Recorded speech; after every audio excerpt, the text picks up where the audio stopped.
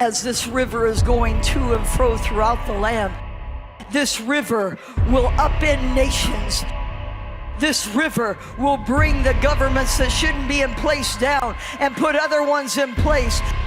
This river will solve the problems of the earth. Lord, you and I are having a divine encounter tonight.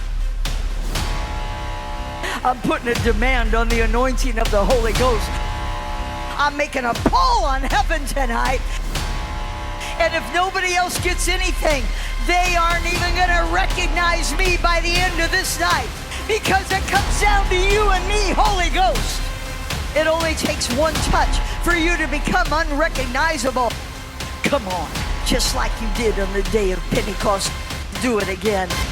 Come on, right now. I want it right now in Jesus' name.